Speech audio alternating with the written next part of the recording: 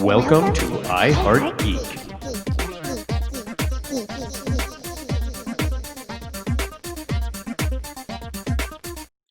And welcome to a news episode of I Heart Geek. I can use my NPR voice today. Pew, pew, pew, pew. And boys, I noticed you're not doing the mocking me as I do that now. I'm trying to It's 'cause of scale it news? back a little bit because you always seem to cry about it, and I don't like seeing an old man cry. Wow, this is going to be a fun episode. I'm really looking forward to this. So, who's your friend, Blythe? This gentleman over here, he's below me on my screen. I don't know where he is on the He recording. is below you. But this gentleman right here is one of my very best friends. He is one of the most talented people that I've ever met. His name is Ryan Orris. He is with the Foolish Mortal Supply Company. They do a bunch of Disney art and sell T-shirts and things like that. But he is one of the coolest people I've ever met, and he theory crafts like no other. Ryan, how are you doing? I'm very well, thank you, man. That's a very generous introduction. I don't know if it's well deserved, but yes. False modesty. For as long as I've known Robert, I think our favorite thing to do is to speculate wildly, and every once in a while we catch a kernel of future wisdom, and it's quite wonderful when it does happen. Oh, the Russo brothers have definitely taken some of the things that we've theory crafted and made it into reality. Yeah. Oh, yes. We all like to believe that. Marvel's taking our ideas. Yeah. No one from Disney's watching, otherwise they would have fixed some stuff. Well, you know what? Mandalorian came out after their show, so maybe. I'll totally take credit for that. Okay, if y'all weren't aware and watching, there was like 10 million different news dumps that got put out because Disney had a huge investors meeting. And in that meeting, they said, we're going to make you money. And the investors said, well, I gave you $1 billion. You better show me how. And Disney said this. And then they just vomited out news for like a 24-hour cycle. Yeah. Yes, they definitely did. It's crazy how much news and different things that we have coming down the pike. Still rumors. and still rumors out there. One of the first questions that I want to ask you guys is just in Marvel and Star Wars alone, they said that they're going to be releasing 20 series over the next few years on Disney Plus. Do you think that that's too much? You think it's going to oversaturate the fandom? Ryan, do you want to lead us off? I think it really depends, right? There were two camps in my brain yesterday or the other day watching all this sort of things roll out, and like the child in me is like, oh my goodness, this is all the things I've dreamed about since I was a kid. And the realist in me is like, oh, this sounds a lot like Solo. Going, hey, we've had some hits. Let's load the bases and just crank them out. Like, let's have a writer's war room and see what we can come up with. I don't want that to be the case. Like, the wonderful thing about Marvel and Star Wars is the canon's so deep. Like, you can play in so many fields, but the reason that, like, right now with Star Wars, the shows are working is you have someone like us in Filoni who is like, no, I've watched these stories and these characters who mean the world to me. I don't know that I said treated unfairly, but not fleshed out enough. Like, here's a couple core stories that I can pull from like Legends canon that isn't canon anymore and kind of force Disney's hand a little bit. But at the same time, like, does every showrunner have that love and that 20 years of, no, I've been reading these stories and writing them in my head and like talking with friends about what happens if this. The fact that we're actually getting a what if series sounds ridiculous. And the animation style as an illustrator is, it's wonderful. But at the same time, I'm like, does everyone who's behind all of these shows have that same love? If so, I'm excited. Well, and if not, I'm worried. And just because someone has a love for it doesn't mean they can pull it off well, in which we've seen that a lot. For sure. Yeah. I wish that wasn't the case. I think that this dump that they're doing, I think that the post Star Wars universe that they had planned a while ago is every example why they shouldn't be putting out so much all at once. It's a bad idea. Honestly, I haven't enjoyed Star Wars other than Rogue Squadron. I have not enjoyed a single thing about Star Wars since the original trilogy, and then Mandalorian. I finally have faith back. Don't crap on that faith that you guys gave me. It's fantastic, but it needs to be more rare. If it's not special, who cares? Yeah. So, Dub, I think you jumped the gun a little bit. Rogue Squadron is Patty Jenkins, which we'll get to in a little bit. We will get to her, yeah. But Rogue One, I wasn't the biggest fan of Rogue One. I know why a lot of people liked it, but you're right. They're doing things right, but they've also done a lot wrong. So, and more wrong than right. More wrong than right at this point, yes. But I mean, y'all know I'm not the biggest fan of Grogu, but but I love The Mandalorian. I can look past what I am hesitant. I think The Mandalorian for me is a perfect example of what could or could not happen with the Star Wars universe. Mandalorian is such a good show. Grogu feels clickbaity. And I hope that they do right by that character and make it into a character that everyone expects it to be, because they could easily not do that. But you do have to realize this. I mean, even as you say this, and I know you're not the biggest fan of Grogu, yada, yada, you are in the extreme minority on this. I think that there's probably less than 2% of people that are thinking like you. I think, and that's not unfair. Yeah. I also think what's interesting though, so like, I 100% think you are in that sort of minority camp of not loving the most adorable thing ever invented. But at the same time, I think you're right in that people need to tailor their expectations to what Grogu's going to represent. I don't think Grogu's ever going to be a main character. It's a bridge to other characters, other stories. So if Grogu serves, so we've got the Ahsoka spinoff coming because of an episode with Grogu acting as that plot bridge. That's all he needs to be. If we kind of go in expecting him to be the next Luke Skywalker or this thing, like Rey's lineage is a perfect example. There was no possibility that we were all going to be happy with the answer to that question because we built her up too much. If she was and she's the main character of that arc, arguably, so sure, but you have an opportunity with this character to just let it be that character. Yeah. Like, here's Ezra. Look, now we have a show about looking for Ezra. Great. It doesn't need to be this big thing. It can just be a plot device. Yeah. Because right now that's working. Yeah. Well, with that being said, just like with Grogu and everything else, it is the rarity that makes it better. With all of this stuff that's coming out, that goes out the window. And you like Grogu. Okay, well here's 7,000 different series with him in it. Right. That goes way fast. Oh, you like the original Republic. Okay, here's at least 100 hours of time that you can spend in this.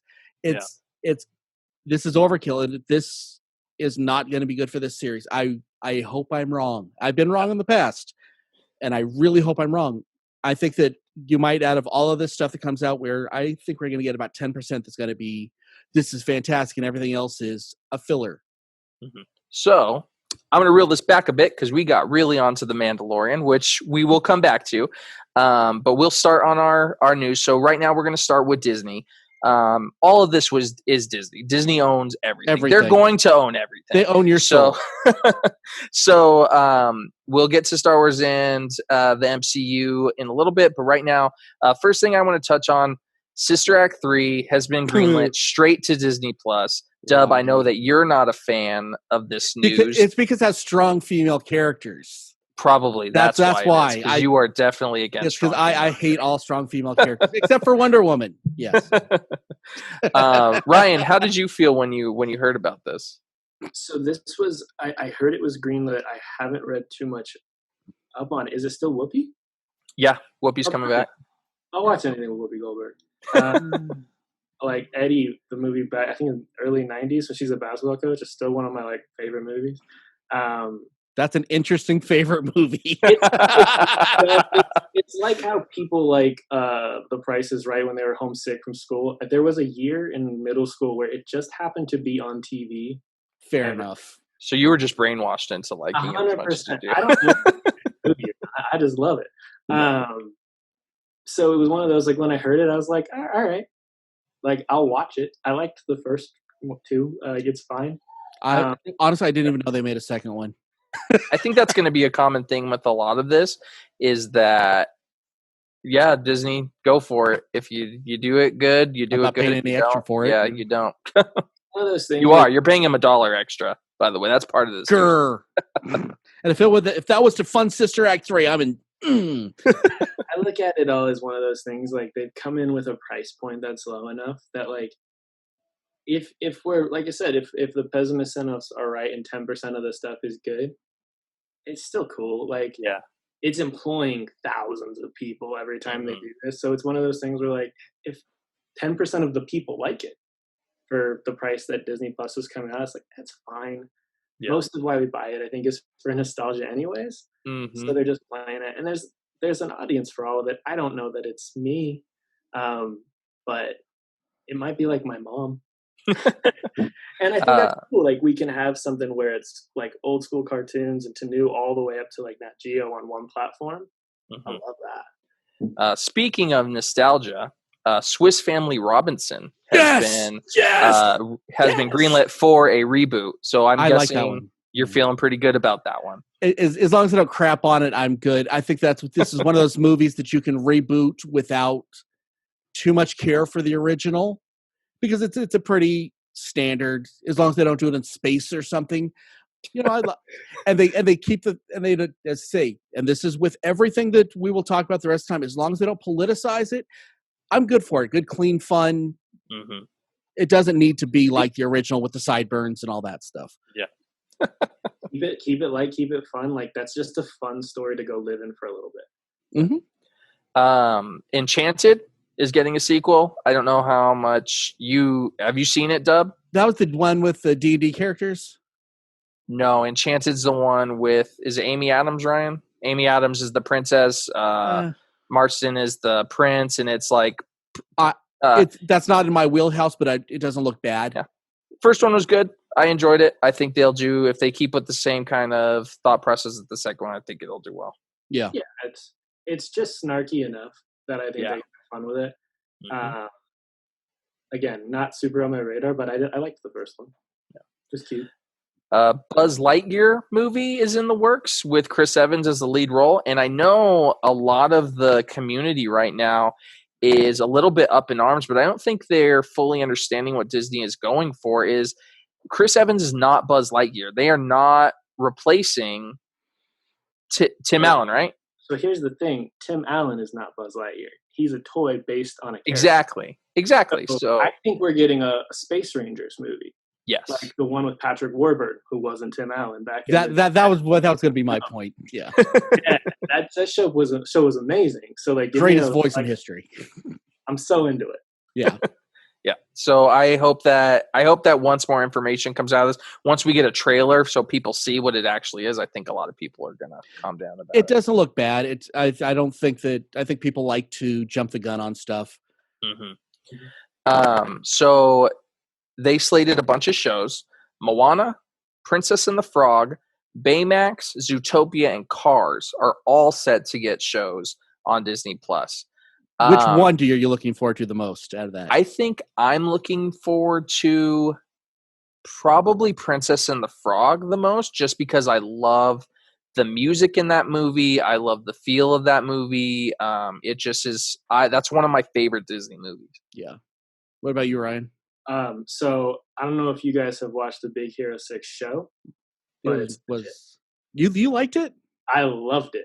I love the movie, and then I watched like the first 2 seasons, and once they actually introduce an arc, it feels like a comic book show, because it is a comic book. I don't love Disney sequels, but I like Disney shows. If they do it, I want them to do. I'm looking forward to it if they don't go with the cartoon version, it's got to be the CGI version that made me like the Big Hero 6 so much. Sure, I'm with you there. It's a little, and that's what tweaked me on it. It's the same reason a lot of people couldn't get behind Clone Wars, I think, is it's like, well, I'm kind of watching Star Wars, but it doesn't feel like what I'm used to. I'm guilty of that, yeah. And that's fair. If I think right now Disney Plus is putting the budget behind shows to do actual CG. And it sounds like they're hoping to get most of the voice to return for a lot of these shows. So if they can pull all that off, like, nice. I'll give it all a shot. And a point that I was talking to with Blythe earlier was a lot of these shows, I hope they're making them for kids, not for us. Like Cars, if they're making it for us, it's going to be a colossal failure. If they're making it for kids, I'm happy with that. Mm-hmm. Yeah. Well, let us continue the story the way we got to envision a lot of it. Like, you shouldn't watch most Disney movies through the lens of a 30-year-old. Yeah. Like, that's not the audience. So if I like that idea, like, oh, you liked this as a kid, now watch this with your kids. Yeah. That's awesome. So Ryan, I know that you were excited for this next one, and that's that John Mulaney and Adam Sandberg have been cast as Chip and Dale in an animation live action movie. Are they going to give them the voices? Well, so here's why I don't think so. I'm a big fan of the DuckTales reboot as well. Yeah. And the voice cast for that show They canceled is it. much in the Sandberg-Mulaney sort of range. Let it play with that humor, and then let those characters sort of have a potential. Because that's that perfect bridge of it is for kids, but the adults get the joke. Like there's Dragon Ball Z references in DuckTales. Like they're playing a video game, and one of the characters like his power level's over 9,000. I'm like, no one under 25 got that joke, and I love it. So if there's a sort of blend in that, and I hope Mulaney's writing part of it. That's all I care about. Like, he's such a good comedy writer. As long as he's not doing Big Mouth with that. Yeah, exactly. No, let's keep it more in the Spider-Ham vein. Not Big Mouth. Well, that's a fair. My only thing is they've got to have that high pitched thing. They've got to have the sped up tape sound. Otherwise, I'm not going to be. I will not watch it if I can't give it a chance if it doesn't have that. I think that's fair. Next one, I know both of you are probably very excited for this one. Indiana Jones 5 is confirmed with director James Mangold, who did Logan. Is Shia LaBeouf coming back? He is coming back. He is confirmed. I was joking. No, I don't know. I'm kind of sad. You made me sad than happy. Even though Indiana Jones 4 is the best in the franchise. So what is the matter with you? Seriously, did your parents not love you? What is your problem? Yeah, I've met his parents. They're wonderful people. I think Robert's just a broken individual. It's to troll. Oh, so. But yeah, I think as good as Logan was, I think that he's going to do great with Indiana Jones. It definitely fits that wheelhouse. Yeah. I hated this idea until I heard James Mangold was directing. Yep. Yeah. I was like, oh, okay, Spielberg I love Spielberg. He's my favorite director, but he's a little more removed. And you've got a guy who's good at telling a condensed and like full story. I don't need Indy to go on a ton of adventures. He's 80. But maybe, can you how are you going to tell the story? As long as it's more reflective and like let Harrison Ford act. He hasn't gotten to act in a while. And let there be somebody with him that does the whip and all that stuff, but he doesn't need to be the one that does it. He's the old friend archaeologist. Like he's the researcher right now. Yeah, and I kind of love that. Let him be that, though. I don't need to see him, like, hobbling through. Yeah, well, he needs to be the wise voice that doesn't go on the adventures, but they're calling him for help all the time. He's Brody. Yeah. Like, you make him the Brody role. Like very good. I'm in. Me and you are friends now. I like this. Okay. Next piece, we don't have a lot of information on it yet, but Alien is getting a TV series from the Alienverse. So I'm interested to see what they do with that. They did a lot with the prequels that I don't think a lot of people enjoyed. So it'll be interesting to see what aspect they go for with that. They're doing this through their Fox Studios then instead, or yes, I believe this one's going to be through Fox Studios. But yeah, I mean, as long as I've been going to Disney parks, there's always been like they've always since I'd say probably like late 80s, early 90s, they were trying to work alien stuff into the parks even before they had rights. In Florida Hollywood Studios, they had a whole ride with a section where you went through the Nostromo, and it was awesome. So like there's a previous love in Disney for that sort of property. I just have been disappointed for the last 15 years with Aliens. And there's moments in all of them that I'm like, that was cool. Yeah. But you have a really wonderful psychological thriller in the first movie, and the second movie is an awesome action film. Those two are great on their own, and I don't know about anything else. Yeah, like the movies don't care about this. Kind of. If it happens and it's great, awesome, and I'll probably end up watching it, but I don't care. Yeah. I'm not like, oh, I can't wait to watch this. It'll be, well, that one's out. I guess I'll watch it. I would love to be proven wrong. Yeah. Like anything that I say that I'm not going to like, I want to be proven wrong. I hope that I'm wrong on anything. Like feeling it, I want to feel like Robert all the time where I'm just wrong on everything. You're a bad man. What do we got next, bud? Next one is Warwick Davis is returning for Willow. I have absolutely no knowledge about this, and I don't know what Willow is, but Dub seems excited for it. It's a dork fantasy. It's the first fantasy movie that most of us watched after Neverending Story. It's that kind of world. It's fun. Yeah, it's the first year. That's exactly how I would describe it. Like you watch Neverending Story, you get your heart ripped out of you, and you watch Willow, and you kind of have a smile on your face. It's just a you want to go on the sled so bad. Yeah. Yeah, it's just, I don't know. And it's Warwick Davis. Like, how do you not love anything he does? Because even in like the silliest films, he's still being awesome in them. Yeah, just don't watch his really sad quasi reality show. Oh, anyway, let's move on because I don't want to get depressed talking about that. The next one is another one, not a lot of information, but Mighty Ducks is getting a series. Okay, which version is this? The the Bombay version where it's live action, they're playing hockey, or is this the really horrible duck animated? Don't you dare! That's an amazing TV show. You're the worst. I love hockey. That makes me want to hate hockey. That show is the epitome of 90s cartoons. Next to Street Sharks. Yeah, that Ninja Turtles, Street Sharks, all that, just mutant animals doing action.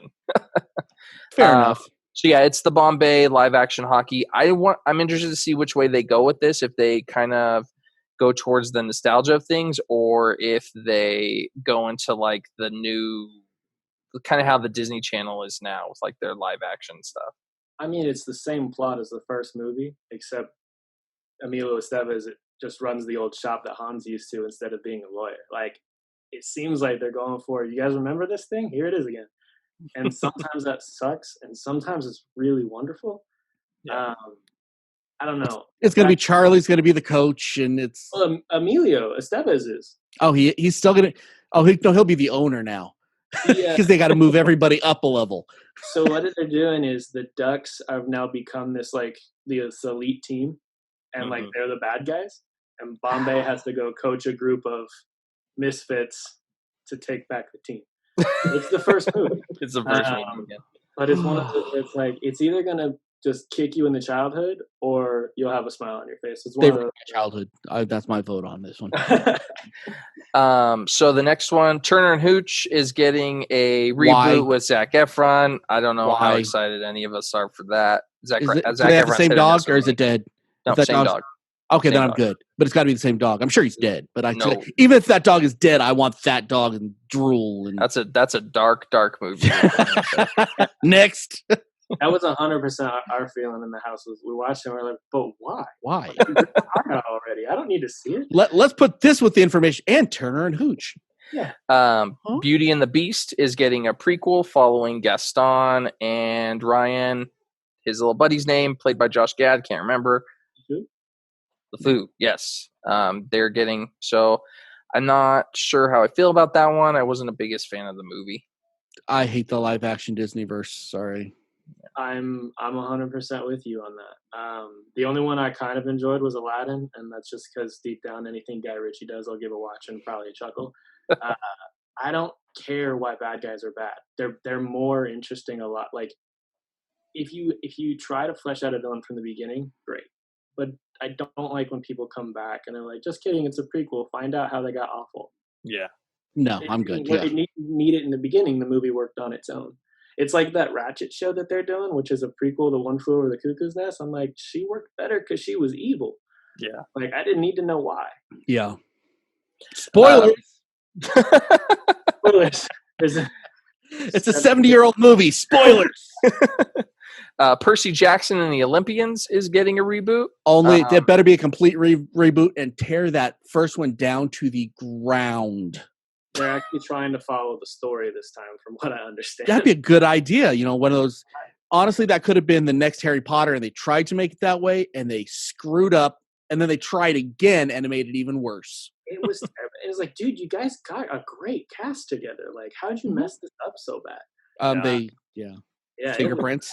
Not wonderful. Hocus Pocus. This is a huge one for you and your household, Ryan. Hocus Pocus is greenlit their sequel that they're working on. I know Courtney's excited. And so I told me, yeah. It's a big deal in half of our household. Disney movie. It's my least. I can't get through that film. Yeah.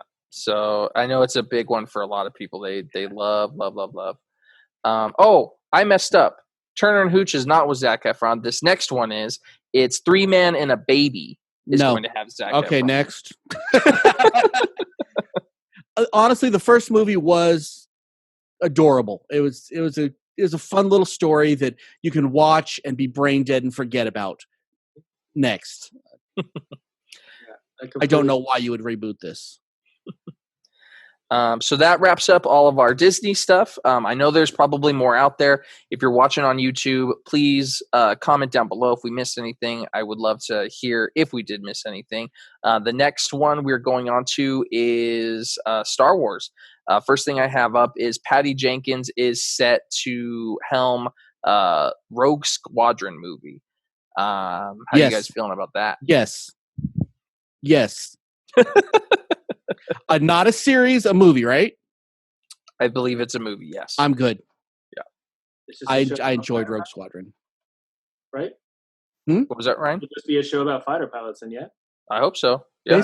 I want to see Maverick and Goose, shirtless playing volleyball on a space moon, Perfectly okay with all of that. Yeah, still not a lot of details, but Patty Jenkins did great with Wonder Woman, and I'm sure the way that Star Wars is looking that it's going, it's probably going to be good. This one, I don't know. We mentioned it a little bit earlier. It's coming from the Solo-verse, and that's Lando Calrissian movie with Donald Glover coming back as Lando. That's another one I don't think we need. No. This is more that polluting of the universe that we were talking about earlier. Yeah, Lando's a good supporting character. Yeah. Like, he's great because when you know the main characters and you're trying to guess how he's going to hustle them. Mm-hmm. I don't need to know going in he's going to win each time. Like, he's cool, and I think Donald Glover does a really good job, but I don't care. You do not emotionally connect with this character. Yeah. As well, you shouldn't. I don't know. It's one of those where I think Billy D. Williams just is Lando, and it's hard to not hear that voice. Mm-hmm. 100%. So this one I'm not on board with at all. This is Andor, the prequel to a prequel for Rogue One. I wasn't the biggest Rogue One fan. I don't think you need to make a whole movie about how they got the plans for the Death Star. They got it. But I know a lot of people love it. I know you both love it. What do you think? I'm done. I love the movie, but I think this is kicking a dead horse. I think the story has been told that needed to be told. Yeah. Again, the same thing. Rogue One is in my top 3 for Star Wars films. I absolutely adore that film. I think the line where he's like, "You don't know what I've done or had to do," like, that's enough. We let my imagination fill in the blanks. I watched him kill a compatriot in the first 10 minutes of the film. Like, he's done some stuff. Yeah. Don't need to see it. I think you could call Andor any other name. Like, give me a Wedge Antilles show if we're gonna go like prequel stuff. They touch on him kind of in Rebels, and you're like, oh, how does he get from that to like New Hope and stuff? Like, maybe just like, again, kind of like what with Rogue Squadron. Like, give me space battles if we're gonna do that, or covert. But I kind of know all I need to know about Cassian, and I know where he's gonna end up in like 2 years' time. So it's hard. I'll still watch it. I'm gonna watch all of this. Oh, stuff. we'll watch. It's not like we'll any watch of us- every little bit of this. And see, that's why we are the problem. Go ahead, sir. What do we got next? Hayden Christensen returning as Darth Vader for the Obi-Wan series. Why? I take that back. There is something I'm not going to watch. He's in the suit. Obi-Wan is going to be a great show. I don't doubt that, but he's in the suit. Why do we need Hayden Christensen back? True. We Why don't. Did you see the prequels? That's why not. I have seen the prequels, but I've also seen the guy act in stuff that wasn't written terribly, and he's not that terrible. I think the scripts of the prequels are about the worst thing in film history. But that's my own opinion. I don't know. It's one of those where like I don't think it matters so much who's in the suit, so I understand that. But at the same time, like if it doesn't suck and like we get an 8-episode arc that's kind of cool, and we get to see Vader a la Rogue One, where he is actually menacing and not just kind of hobbling around in the suit. Yeah, it's some sort of like, hey, look at that thing I did in Star Wars that wasn't bad. Remember that part? Yeah. It's maybe something like, if we're gonna give Ewan McGregor the shot to redeem, because he's the best part of those films anyways, let's just make it full circle. And then if it sucks, you voice over. So that's what they did in the original Star Wars anyways. Like Prowse was amazing. Prowse, and then like, well, yeah, but that voice doesn't work. So let's get James Earl Jones to actually. It didn't work. I am your father. It's kind of hard to watch now and take it seriously. So it's one of those where, like, as long as it looks cool, like no one's watching that show for Darth Vader anyways. Like he's hopefully just in a couple shots, sort of like Moff Gideon in Mandalorian. Like just make him he's looming in the background. Yeah. Fair enough. Ahsoka spinoff. This is what you were talking about earlier, Ryan, where Grogu seems to be the connection for all these different things. I haven't spent too much time with Clone Wars or Rebels, so I can't talk to Ahsoka as a character besides the little bit that I've seen with her in Clone Wars, but she seems to be a fan favorite, so I think a lot of people are in on this one. Yeah, Ahsoka's my favorite character in Star Wars. Like, not even close. Yeah. Followed closely by Maul, and it's only because of Clone Wars and Rebels. I think Clone Wars and Rebels is the best thing in Star Wars. I would get slapped by so many fans because I think it might even be better than the original trilogy. I think there's a ton of filler, but if you condense the main arcs, there's brilliance throughout. We got to see a snippet in one episode, but I'm way more interested in what that means. Things like Thrawn, things like Ezra and Sabine, characters from Rebels and the sort of animated canon. Again, it scares me because anytime you take something you love and you're like, hey, we're going to do it live action, and it's Disney, I go, oh gosh. Plus, Star Wars looks different live action. Like it just, like Ahsoka doesn't move the same way live action as she does animated, but the stories themselves, I'm really hopeful. Well, I don't know. What I would rather see with all this, and this kind of jumps into your next point as well, I would rather let's have the Mandalorian universe, and let's make them hour-long and make them more inclusive, and we can have all these characters rather than having all these little mini spin-offs, because I don't know how well some of these are going to support their own show. I think Ahsoka is probably the only one, but I know they're going to want to do this with everybody. And I would rather just have a huge Mandalorian universe that's like, the first 4 seasons of Game of Thrones, just all inclusive everywhere. That I'm going to be a lot happier than let's segment everything. I think that's cool. And if they can pull that off, like, then I'm really interested in it. What I think that's actually what ended up causing the downfall of Game of Thrones is that there was too much to take on in an episode. I would have liked a Targaryen season and split it into the clans, and they get a season, and then you converge. Which is kind of what they wanted to do, I think. But then they said, okay, well, we're going to end it season 8 or whatever. Wrap it up. Well, they tried to give them Star Wars, and then they're like, bye-bye. Yeah, they were out.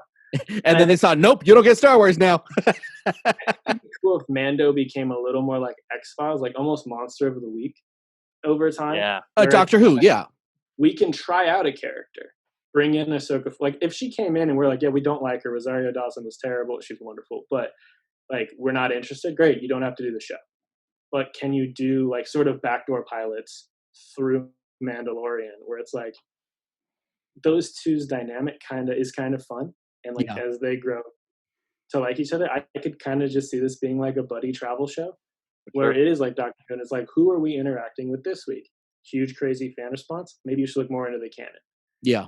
And if not, well, we move on. But you're right. Like, I think there's a handful of stories that right now they have that they could develop, and a whole bunch that would go nowhere. But yeah, I think that you can tell a lot better story in having it in a 4-episode part of Mandalorian than. So Disney, I'm going to fix you right now before you screw up. We're going to course correct you right now. I know that you guys make $1 billion or whatever, but I'm telling you, people aren't going to hate you as much at the end. I'm just telling you. Make something, I think, and you have a fantastic vehicle, use it. Don't be stupid. Learn from the past. Learn from Solo. Learn from Marvel when they did Origins. Learn from it. Get that one thing and do it right. Use that vehicle.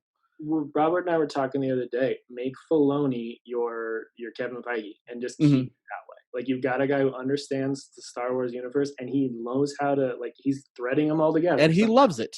Yeah.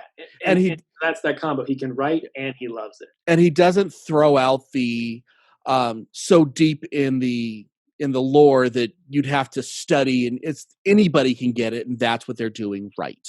Yeah, he plays at different levels. If you want to put in the work, there's a lot more there for you, but you don't need it to enjoy the show. Yeah. Keep him as like your back, like, you don't need to be your main showrunner. Just an overarching, like a Feige saying, like, this is where you're allowed to go. You can be creative, but this is your lane because it has to work. And I think Star Wars can be good again. And speaking of Mandalorian, we have another season coming out. Yep, season 3. This is no surprise to anyone, but season 3 has been greenlit. Release date is Christmas of 2021. So, and I don't know if I'm going to let you on those episodes either, Blythe. That's fine. This is a little bit later than what we're normally used to. So who knows what they've got in the works right now? Probably because they just increased their production by like $1 billion. Yeah. So we'll see. And then the last piece of Star Wars that we have is they had a sizzle reel for the animated show The Bad Batch, which looks to be like a group of clones after the execution of Order 66. I couldn't tell if it was there with the Empire or they're starting to break away from the Empire. No, they weren't part of the Empire. So they're clone troopers that the Bad Batch is in the final season of the Clone Wars. All those characters. So they're clones with deficiencies or like some they didn't follow along the carbon copy of the clones. There's something wrong with all of them. They're all defective. They're the Bad Batch. So instead, basically, they're expendable. They're the Suicide Squad. Cool. Send them on missions that if they die, who cares? They're the Bad Batch. And because of that, they've turned into this insane special forces unit that, like, they could keep up with Jedi. And when they were introduced in the final season, like the first two, they're a good 4 or 5 episode arc, like you're talking about. The final season of Clone Wars is broken into 3 arcs. They're the first arc. And in the beginning, you're like, oh, great, this is dumb. And by the end of it, you're like, this is the coolest group. Like, they know what they're doing. They're very animated and kind of caricatures of other clones, but good show that I think hardcore Star Wars fans can watch with their kids or with people who are just kind of dipping their toe in. Yeah. Like, enough entry points to enjoy it. I was hoping when I heard the description, I thought it was going to be like Clerks in space. And like, I'm in. No. That sounds really cool. I think that it looked really cool from the sizzle reel that I watched. But I'm hoping to finish Clone Wars and Rebels soon so that I can be more knowledgeable about that kind of stuff.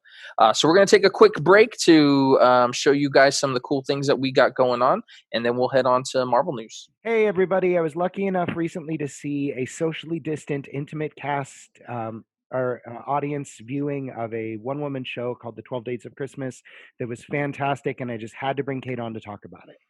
Thank you, Sean. Yes, it's called The 12 Dates of Christmas, done in Las Vegas, Nevada through Super Summer Theater and Hindsight Entertainment. It is streaming today, the 12th, and tomorrow, the 13th, tomorrow at 2 p.m. Pacific time, and today, the 12th, at 2 p.m. and 7:30 p.m. Pacific time. Links in the description for the show. It's, again, it's streaming virtually, and it's heartwarming, but it's also a tad bit cynical. If you've ever been alone on the holidays, this is the show for you. So starring one woman cast, starring Kate Searles. So you got to watch it. It's 90 minutes of just me. Okay. One thing I wanted to say before we go back into our Marvel stuff.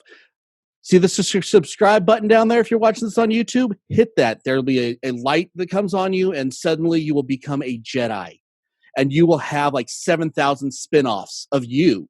So I highly suggest hitting that subscribe button just to see what happens. Yes, please, guys, like, comment, and subscribe on here. especially the comments. I want to hear what you guys have to say about all of this, because there is so much of it, and we could literally talk about it for hours and hours and hours on end. But which we won't. Probably will off screen, so you guys don't have to deal with it. So let's move on to Marvel. We got new trailers for Loki, WandaVision, Falcon and the Winter Soldier, and What If. They all look great to me. What If is the one I'm the most excited about. I mean, this is something we've all wanted. If you're a comic book reader, this is something you've wanted since the first time you ever read a What If comic. And who would have thought it's finally possible? That's amazing to me. Oh yeah, I was describing it to a friend the other day. Like, what is? I was like, those fun conversations you have on the way home from the movie theater. It's that on a comic book. Well, what if Thanos? It's arm all cut that you off. dreamt about. Yeah. And it's all the same. It's all the same cast. Yeah, it's all the original actors are coming back for. I think this is one of the last things that Boseman did before he passed. Was he recorded the voiceover for this, because they are using all the same cast from the MCU to do it. That's nice. Awesome. This one is huge for Marvel fans out there, because we have been wanting it since who knows how long, and that's the Fantastic Four movie. Has been greenlit with Spider-Man director John Watts, right? Yep. Can I throw this out first? And you guys I don't know if you're going to disagree with me or agree with me. I don't care. Prove it to me. What have you done to this? The absolute easiest story to translate. You guys keep taking it in the toilet and then clogging the toilet with it. It's going to be terrible, and I'm going to go into it thinking this is going to be the worst thing I've ever seen, and hopefully prove me wrong, guys, please. As long as they cast John Krasinski as Mr. Fantastic and Emily Blunt as the Invisible Woman, they're not going to be anything wrong with this. Thing, right? You have faith. That's cute. It's one of the first times, like with casting, where the whole world is like, they want the job, give them the job. Like, they're perfect for it. Just make that happen. I like that Watts is directing. He gave me faith in Spider-Man again, as my favorite Marvel character since I was a kid. I finally feel like we have, but not to dump on the old movies. Those are fine for what they are. I just like no, they're not. Well, I like the first two, but I like that Spider-Man doesn't look like a 35-year-old. That's pretty cool, and I believe that he is a nerd. Like Andrew Garfield, I'm never gonna buy as anything other than hipster. I think we lost our friend Rob. It's okay. Keep going. But I'm excited to see, like, you're right, Fantastic Four, the only way to not screw it up is just to don't tinker with the story. Yeah. It works. And everyone knows it. Just tell it. Mm-hmm. Like, there's so many of those, like we all know how Cap got his powers, but it's okay, just show it. And then we can get in, then you can go crazy. But just give us that one solid foundation. You have everything else working with you, and then you're done. Yeah. But everyone, I think, wants to be like, no, Doctor Doom, first movie, like that's it, their biggest villain. Why not save him? Why not build him up? Doctor Doom needs to be an MCU villain. He needs to be an Avengers level villain. I also think like what they did with Doctor Strange, because Doctor Strange was a movie I was super hesitant about, but like they didn't make Mordo the bad guy until the very end. Yeah. Victor Von Doom he's arrogant, he's an egomaniac, but he's the businessman. Like, make him just the business partner and then watch him go crazy. That's the one thing that was right on the Green Lantern movie. They didn't make Sinestro the bad guy till the very, very, very. Everything was wrong with that movie except for that. I feel so bad for Mark Strong for that film because he crushed it. He would have been perfect. And I think he's often gotten a bad rap for the movies he's in. Yeah. But he's wonderful. Yeah. Okay, what else we got? So next one, joining the slew of shows coming out on Disney Plus: Ironheart, Armor Wars, Secret Invasion. We already had Moon Knight, Miss Marvel, She-Hulk. So there's a lot of shows coming down the pike. The one that I think I'm not too sure about how they pull off is Secret Invasion, the way that they handled the Skrulls and Captain Marvel. it worries me, but I also kind of like the fact that right now anyone who's not like a reader of the books is like Talos is a good guy, and I'm like, well, wait, like that's potential to actually be a decent twist because we've bonded with this character. You got an actor who like he's easy to like, he's funny in the role. Mm-hmm. It's great to watch him turn if that happens. Like no, I've literally got myself into Shield. Yeah. Like you're done as soon as I want to flip the switch. They've set it up. It just doesn't feel like it. That's a good point. That could turn out to be in their favor. Because he's now with Sword and Shield, yes? If that's where Nick Fury was in space. Mm-hmm. So. Yeah, I wish I wasn't saying this, but I'm not super excited about any of these. I mean, again, these are things I'll watch and I'll give a shot to, but it's not like, oh my gosh, I want to see that. Maybe Loki, but even then, it's kind of like, well, they're probably going to screw it up. We're okay. I think we'll get more excited the more that these shows come out, and the better that they get down like I think WandaVision is going to be great. Yeah, I'm hesitant about Falcon and the Winter Soldier. What's the other one that's Loki. I think Loki's going to be good. Yes, they have to prove it to us before we can get full on board with 20 shows or however many they're putting out. Yeah. They've got a lot of wrongs to right in their television department. Yep. But I've also, even with that, like there's flashes of brilliance. The one I'm most excited for is She-Hulk, not because I'm a huge She-Hulk fan, nothing against her, but I like that she is the entryway to characters like Daredevil. Like, one, she's a lawyer. Two, like, Hell's Kitchen's a place, like, she's definitely been in. So I like the idea of saying, like, hey, there's a couple things from those shows that didn't suck. 2021's when we get our rights to Daredevil back to show him, which I think there's a reason we're getting a lot of these announcements. Yeah. It's a great way to bring in some of those Netflix characters a little more naturally than just saying, like, here you go. Start with a cameo, work in a relationship, put him in the films. Like, I want Daredevil in the movies. Yeah. Cool. This next one is big for both of you guys because I know you both love the character. Deadpool 3 has been greenlit. How do you think he's going to fare in the Disneyverse? They have to cheeseball it up. They have to bleep him out, and he has to break the fourth wall and get visibly upset that they're bleeping him out. Anytime there's a covering up private parts, the blur thing, he has to know it and he has to get mad, and that's the only way it's going to work. Other than that, I think it'll be pretty good, but I don't think they can be as violent as they're going to need to be. I don't think he works in the MCU. I love him. And I love when he pops up in Avengers comics for a page or something, but that doesn't work if I'm worried about the fate of Wakanda and then Deadpool shows up and throws a chimichanga at the screen. Like, I'm not interested in that. And I don't think anyone is. I hope not. Like, I think let him be the drunk uncle of the MCU and, like, let those characters come play in his world. I'd even like it if he's, like, kind of to your point, mad that he's not allowed in the Avengers movies, because he's often not allowed in the Avengers. So, like, he's mad that he can't play with the actual Disney characters because he can't play by the rules. I'm fine with that, but don't put him in the main MCU because I don't think it's just a very different story.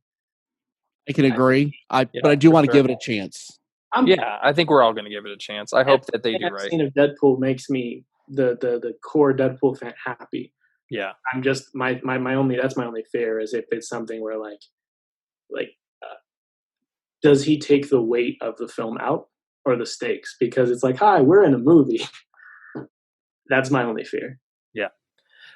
Next one, Black Panther 2 is greenlit and confirmed to not replace Boseman. It looks like Shuri's taking up the helm of being Black Panther.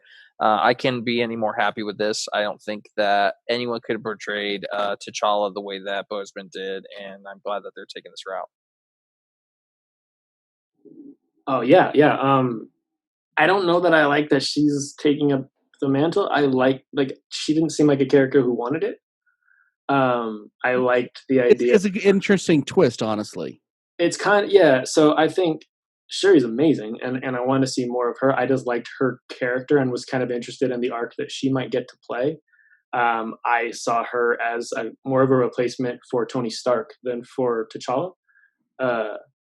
But I love that film, even though I kind of there's a few of the fights in the film that are a little like take me out of it, but the overarching story and the characters and the acting they got in that film is just outstanding. So, and Coogler's coming back, yeah.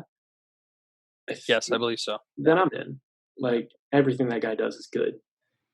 And then the last piece that we have, and this kind of piggybacks off of what Warner Brothers just announced, is they're going full streaming service with all their 2021 releases. Disney does not seem to be going that route. They are holding Black Widow to be released theatrically with, or not with Disney Plus. So that really seems to be a question about how far are they willing to push back the MCU movies. Yeah. Goodbye, movie theaters. They're gone. Fortunately, it's. I mean, I hope it is not. what it is. I really hope not. That was. I'm not rooting for it, but that's what's happening.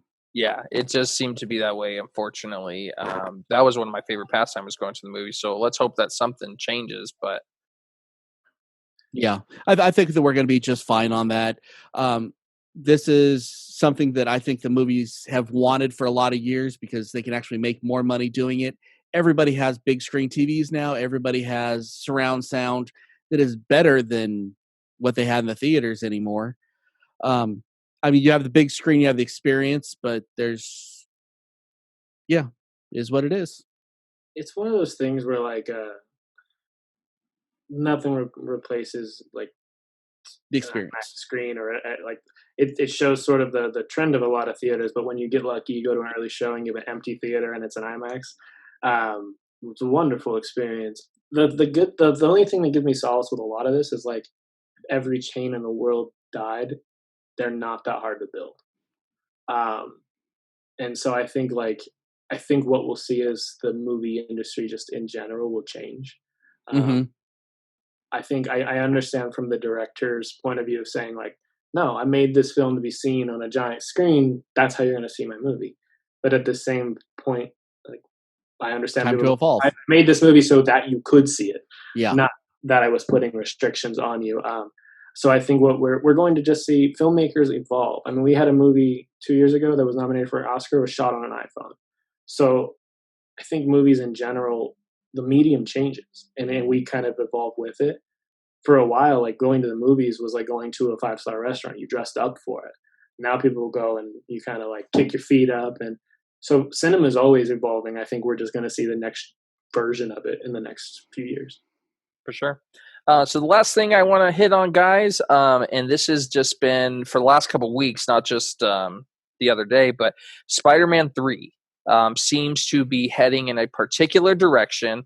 Of one movie. Yeah, I'm just going to run through all these little rumors that we have right now, and we'll kind of discuss it for a minute or two. But Spider-Man 3 confirmed through this investment meeting that it will tie into Doctor Strange. Feige confirmed it. Jamie Foxx is confirmed to reprise his role as Electro. Now, the rumors are that Garfield, Maguire, Dunst, and Molina, which is the original or the two Spider-Mans, Mary Jane and Doc Ock from Spider-Man 2 are all set to reprise their roles. Best Doc Ock. I don't think any of us can disagree with that. And there's also a rumor that Charlie Cox is going to show up as Peter Parker's attorney in this movie. We're going full Spider-Verse here, right? Yeah, I hope so. It's the best thing that's come out of out of honestly comic book movies in the last 20 years. They hit all the spots there. It is everything that you want because your piece is in there, no matter what it is that you like. I'm perfect with it. I think that's fair. I mean, they've also full on confirmed at this point that both Doctor Strange and Wanda are going to have some sort of hand in this story. So we're very much in the multiverse at this point. Which I think is interesting. I've never been more scared and more excited at the same time. That being said, I also think there's a reason they brought in Raimi to do the new Doctor Strange. Like, we're getting directors who have worked on these cameos back into play in this world, in a world with a lot more structure. Like, I didn't even think about that. Oh yeah. They have Tobey Maguire, Alfred Molina, and Kirsten Dunst, a director, who's going to have a hand in this film. There's a reason Endgame works, right? Like they brought in Taika and the Russos brought in people who have worked on all these films to sort of build this thing. Like, what's the feeling behind your movie? Not just what do these characters look like, but what's the feeling? Because that's when a cameo works. When it evokes something like, I remember this film from 2002. That's cool. My only fear is like, what does Alfred Molina look like in the Doc Ock suit 20 years later? Well, to be fair, he was overweight and looked old the first time, so I think he'll be fine. We have de-aging in CG, so I think we'll be okay. He's such a good actor, and like I feel like I haven't seen Molina do something in a while. So I'm so stoked just for that, let alone anything. Like they could have just been like, we brought J.K. Simmons back, here's Alfred Molina, we needed a Doc Ock for the Sinister Six. Because I think that's what we're getting. We're getting a Spider-Verse that makes, so we have Doc Ock, we have a Vulture, potentially Carnage, depending on how they want to play with it. Venom, Scorpion. Well, we have 6. We have the Sinister Six. We have enough villains in the Spider-Verse to create a Sinister Six movie. So I think not only do we get a Spider-Verse, but we get a Spider-Verse Sinister Six. Basically that scene in Spider-Verse in Aunt May's house, but like the whole film. Which was what they were building to in that last incarnation with the Garfield. They were building to the Sinister Six, and it was a shame that they didn't get there. Yeah, I think the way that they're handling this, though, I think that's kind of interesting. Is like we all got so excited when he walks down that corridor and you see all the suits, but I kind of like that we've had 20 years of film to build us to this now. So we have the nostalgia for those villains. And like we're excited that a villain from a movie that is no longer canon is coming back, because it becomes like, I know that guy. You don't have to build him up. I know the character. Sony figured out a way to create their own Endgame. Yeah. And well, thank God we don't have to hear his origin story anymore. Done. All right, guys. We're going to wrap it up there. That is all the news that we have. Like we said before, like, comment, and subscribe on this video or join our communities. All of our information is on the end card. Ryan, I want to give you a minute to plug your stuff because, like I said before, you are an amazing creator. You're an amazing artist. I know you do your own commission work as well as Foolish Mortals. So I'm going to just give you the mic here for a sec. Yeah, thanks. If you guys like Disney, horror, pop culture, stuff like that, definitely check out Foolish Mortal Supply. Instagram, Twitters, Facebooks, all that good web stuff. Always at Foolish Mortal Supply. Check us out. That's all I got. Right on, guys. Well, Dub, you want to take us out of here? Yeah, so this was a fun episode. I think we're going to be doing this again in about 3 weeks, I think, with all the stuff that's going on. So until next time, I'm Dub. I'm sitting here with Blythe and Ryan. Keep on geeking on, guys. Go watch a movie or something. Hello, our geek rock stars. I'm Satomi Hoffman with I Heart Geek, and we heart you. And I'm going to tell you about a way that you can heart us back. So here's the deal. I Heart Geek has just launched our Patreon page. This is a chance for you to help us with production costs and help us keep bringing these podcasts to you. Not a lot of people know it. We don't make any money making this podcast, but we do it because we heart geek. We heart bringing it to you, and we heart obsessing over the things that you heart. So how do you become involved? Super simple. There are 4 tiers of support. The first tier of support is only $3 a month, about the price of a cup of coffee if you don't go to Starbucks. And we will love you like we love Baby Yoda, except for Blythe, who doesn't feel the Baby Yoda love, which... So now tier 2 is $5 a month, which now we're talking like a drip coffee and a cookie. And for that, we'll display your name during the show and also put you in the end credits. Name recognition, y'all. Now tier 3, $10 a month. Now we're getting into the nitty gritty. We will actually take your suggestions and we will put them in the rotation of the show. So whatever you obsess about, which we already probably obsess about, we will obsess about on air. All right, now we're talking tier 4. We're talking the Triforce Excalibur Infinity Gauntlet level of subscription. $20 a month will get you as a regular rotational cast member on the show. We'll have you come on, we'll discuss the things that you heart, the things that we heart, we'll argue, we'll laugh, we'll have a great time, and you will have made iHeart Geek better for your subscription. And of course, you can tell all your friends, hey, haha, I'm on a podcast. So there you have it. 4 easy ways to help iHeart Geek become a listener-supported podcast, and you get something in return. We heart you, we thank you, we heart geek, and remember to keep on geeking on.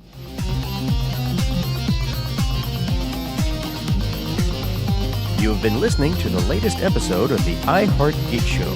Make sure you visit our website at www.iheartgeekshow.com. Make sure to follow us on Instagram, Twitter, and Facebook. And if you check us out on YouTube, make sure to like, comment, and subscribe. And keep on geeking on to all of you geek rock stars.